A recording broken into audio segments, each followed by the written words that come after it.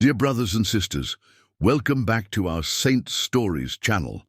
Today, we invite you to embark on a remarkable journey. A journey of faith, mystery, and divine revelation that will take us deep into the heart of one of the most extraordinary stories of the Catholic Church. Have you ever wondered if the visions granted to saints could truly transcend the boundaries of time and space, providing us with tangible links to sacred history?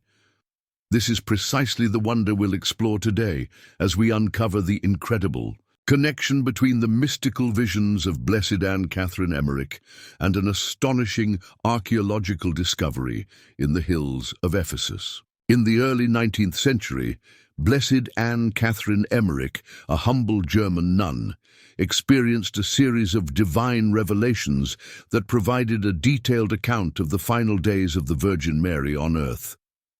Her visions described with striking precision a small stone house where Mary lived out her final years. For decades, her revelations were preserved in writings, cherished by the faithful, but seen as purely spiritual insights. But then, nearly 60 years after her death, something extraordinary happened. A French priest, guided only by her visions, set out to find this house. And he did. Imagine the wonder of discovering that her mystical descriptions match the reality of an ancient structure hidden away in Turkey, a place where Christian pilgrims now come in reverence.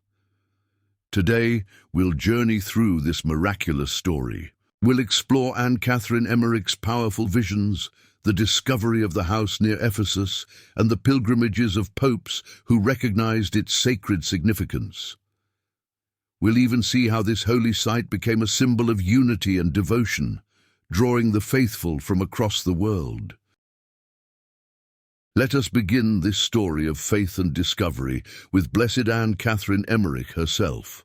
Born in 1774 in Germany, Anne Catherine was a deeply devout Augustinian nun who carried her cross of suffering with grace and humility. Known for her profound spirituality and mystical experiences, she was often granted visions that transported her into the very heart of biblical events.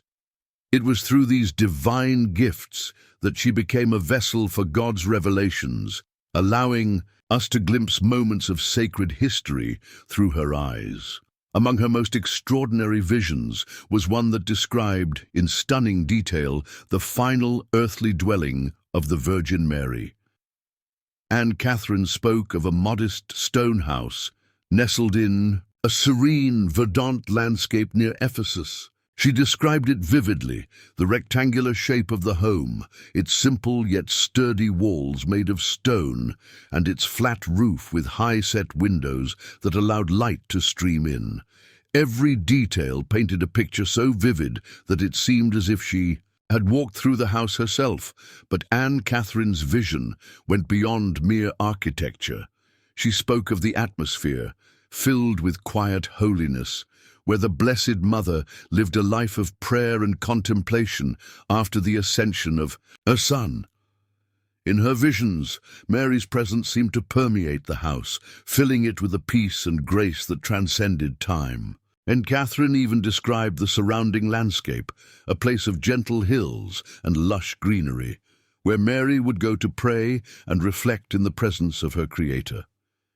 For years, these visions were known to the faithful, but were seen as spiritual meditations rather than historical records. Yet the precision with which Anne Catherine described the house left many wondering, could this dwelling truly exist? Was it possible that Mary's final home on earth had been revealed to a humble nun centuries after her passing? As we marvel at the depth and clarity of Anne Catherine's visions, one cannot help but feel drawn into the mystery. It is as if, through her, God was whispering a secret, inviting humanity to seek and discover.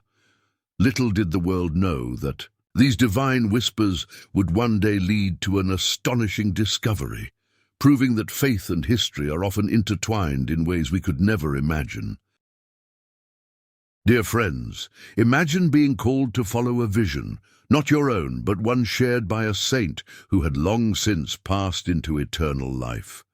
This was the extraordinary journey of Abbé Julien Gouillet, a French priest who, in 1881, dared to follow the path illuminated by Blessed Anne Catherine Emmerich's visions. Armed with nothing more than the written accounts of her mystical experiences, Abbé Gouillet traveled to the rugged hills near Ephesus, in present-day Turkey. With every step, he relied on Anne Catherine's descriptions, guided by faith more than certainty.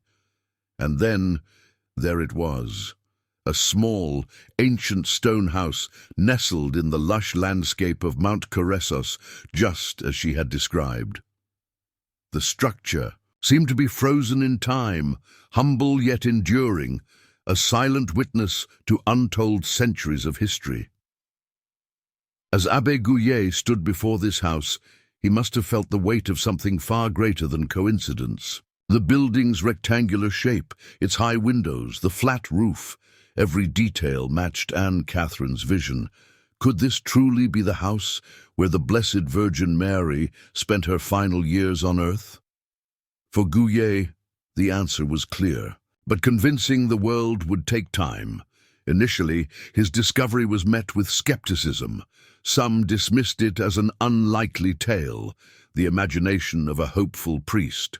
But God's plans, as we know, often unfold in his perfect time. Nearly a decade later, two Lazarist missionaries, Fathers Poulain and Young, visited the site and confirmed Gouillet's findings. They discovered that the local villagers, though predominantly Muslim, had long venerated this house as a sacred place, calling it Panaya Kapulu, or the doorway to the Virgin. For generations they had honored Mary's memory here, offering prayers and lighting candles in quiet devotion. Word of this discovery began to spread, and scholars, clergy, and pilgrims alike became captivated by the possibility. Further investigations revealed that the house's construction dated back to the early Christian era, adding yet another layer of authenticity to Anne Catherine's visions. This moment in history was nothing short of extraordinary. What had begun as a mystical revelation in a nun's heart had now been confirmed by the earth itself, as if heaven and history were speaking in unison. The house became a tangible testament to the enduring bond between faith and truth, inviting believers to walk in the footsteps of Mary herself. The discovery of the Virgin Mary's house in Ephesus reminds us that our faith is not a relic of the past, but a living journey, one where miracles continue to unfold. And as this story began to touch hearts across the world, it laid the foundation for something even greater, a place where pilgrims would come to encounter not just history, but the presence of God. Dear brothers and sisters, what greater affirmation could there be for a sacred site than the footsteps of our Holy Fathers gracing its grounds? The house of the Virgin Mary, discovered through the visions of Blessed Anne Catherine Emmerich, not only captured the attention of the faithful, but also drew the reverence of the successors of St. Peter. It was in 1967 that Pope Paul VI became the first pontiff to visit this holy site. His presence marked a significant moment, as he knelt in prayer within the humble stone walls where tradition holds the Blessed Virgin once lived. This act of devotion was not merely symbolic. It was a profound acknowledgement of the sacredness of this place. His visit resonated deeply with Catholics worldwide, inspiring many to embark on their own pilgrimages to Ephesus. Then, in 1979, Pope John Paul II followed in his predecessor's footsteps, bringing his characteristic warmth and deep Marian devotion to this sacred dwelling. He stood within the house, reflecting on the life of the Blessed Mother and her role as the Mother of the Church. In his gentle, heartfelt manner, he reminded us all of the intimate connection we share with Mary, who intercedes for us as her children. He declared the site a place of great spiritual significance, encouraging the faithful to honor Mary's memory through prayer and reflection. Years later, in 2006, Pope Benedict XVI made his pilgrimage to the house of the Virgin Mary. Known for his theological depth, he spoke of the profound unity that this site represents, a place where Christians and Muslims alike come together to venerate the Mother of Jesus. Standing in this place of peace and devotion, he prayed for the unity of all believers, a prayer that continues to echo in the hearts of those who visit. The visits of these Holy Fathers transform the site from a hidden gem into a beacon of faith for Catholics around the world. Their prayers sanctified the house anew, making it not just a relic of the past, but a living place of grace and spiritual renewal. Pilgrims from every corner of the globe began to flock to Ephesus, seeking to walk where Mary may have walked, to pray where Mary may have prayed. The site itself has become a pilgrimage destination like no other. Here, masses are celebrated under the open sky, and pilgrims gather in silent prayer, their hearts lifted by the serene beauty of the surroundings. Many pause at the wishing wall, a simple yet poignant place where prayers and intentions are left, their words of hope fluttering in the breeze like whispers rising to heaven. But beyond its beauty and history, this sacred house is a place of indulgences, offering spiritual graces to those who visit in faith. It stands as a testament to the enduring love of the Virgin Mary, who continues to guide us toward her Son with gentle maternal care. As we reflect on the papal visits and the countless pilgrims who have come to this holy site, we are reminded that the house of the Virgin Mary is not just a place, it is an encounter with history, with faith, and with the living presence of God. It invites each of us to draw closer to Mary, and through her, to the heart of her Son, Jesus Christ. As we come to the end of this incredible journey, dear brothers and sisters, we are reminded of the profound connection between faith and history. The visions of Blessed Anne Catherine Emmerich, the discovery of the Virgin Mary's house, and the countless pilgrims, including popes, who have walked these sacred grounds, all speak to the enduring presence of God's hand in our lives. This miraculous story invites us to deepen our devotion to the Blessed Mother, who continues to lead us closer to her Son, Jesus Christ. May this testament to faith inspire you to trust in God's plan and embrace the mysteries He reveals to us.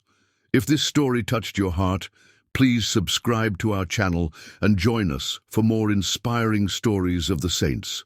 Don't forget to check out our other videos that bring to life the beauty and richness of our Catholic faith.